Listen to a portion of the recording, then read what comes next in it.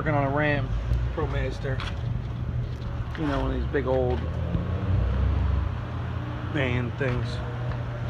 Doing a mirror, placing a mirror. So I'll start right here and give you the quick, easy rundown. There is T40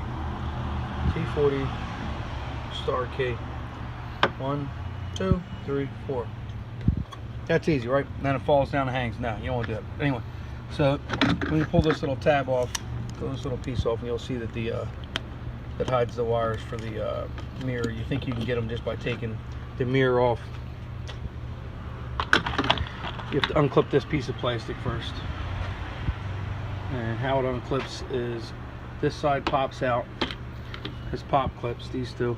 And then the top has pull out clips, like that style. I'm actually taking them off the window, putting them back on. That one can stay there. But that has to come off and go back on the plastic.